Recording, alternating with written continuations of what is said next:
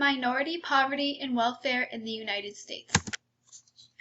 What is poverty? According to the U.S. Census Bureau, the definition of poverty is when a family's total income is less than that family's threshold. Although no race is immune to poverty, many minorities experience poverty at higher rates than the average white American. African Americans and people of Hispanic origin make up half of all the impoverished people in America.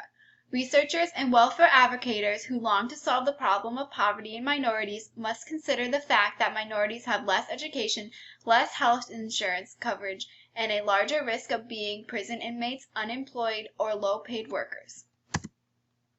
Current education welfare programs in the United States include the Head Start program, which is a preschool program available to kids from low-income families. The lack of educational opportunities for certain minorities is seen as an obstacle which contributes to their high amounts of poverty. A person with a high degree of education is more likely to get a higher-paying job. Therefore, the overall income rates of minorities is lower than the average white American. Bernie Sanders, Democratic presidential candidate for the 2016 election, believes that all children deserve a quality education and families deserve access to quality child care for their kids. Sanders also says that with a growing number of two-working parent families, more and more people are unable to receive the selective and attainable child care needed. He also asserts that without a high-quality and affordable educational system, we will be unable to compete globally and our standard of living will continue to decline. Hillary Clinton, who is also a Democratic candidate for the 2016 election, claims that the average African American family has lost $2,600 in income over the last 7 years. This could be a result of the educational divide she has described. In this division, poor minorities who cannot afford better education suffer. Since they are in a suppressive educational system, they will less likely receive higher-paying jobs. On the Republican side, Donald Trump on student loans says that the federal government should not pay all student loans for people, but there is no problem with assisting these students in getting out of debt. He also states that the federal government should not be receiving any money from student loans. Trump also argues that education has to be local. He says that people are tired of paying more than necessary for education. Trump plans on cutting large amounts of wasted money that schools are currently provided with.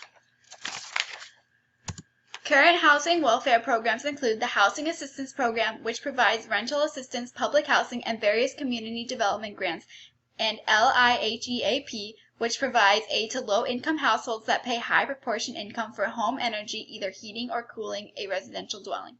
According to a study done by CIS in 2012, African Americans are using the highest housing assistance. Bernie Sanders says that it is unacceptable that in one of the wealthiest countries in the world, as many as 3.5 million Americans experience homelessness over a course of a year.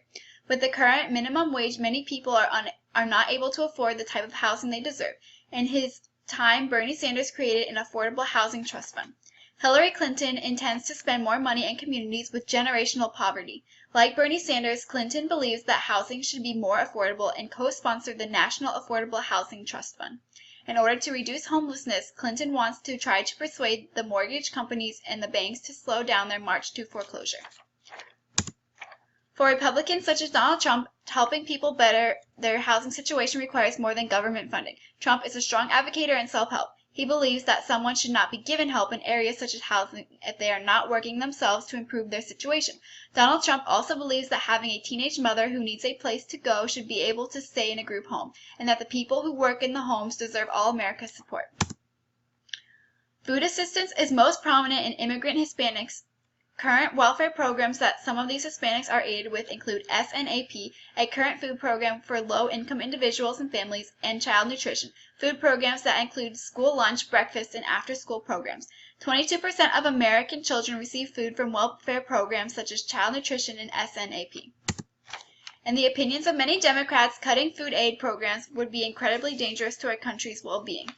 Bernie Sanders is a strong supporter of the SNAP and children nutrition programs, and he acknowledges the positive effects that providing children with food has on school performance.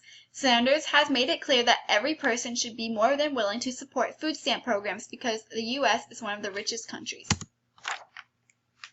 Donald Trump strongly believes that the food stamp program was originally created as a temporary assistance for families with momentary times of need. Because food stamps should only be temporary, Trump believes that many taxpayers' money is being abused by food programs such as food stamps. In conclusion, welfare programs are beneficial in moderation. It is important that welfare programs do not become a constant cycle and they help people out of poverty forever, not just temporarily. Americans must continue to reform and improve current programs so less and less people experience poverty.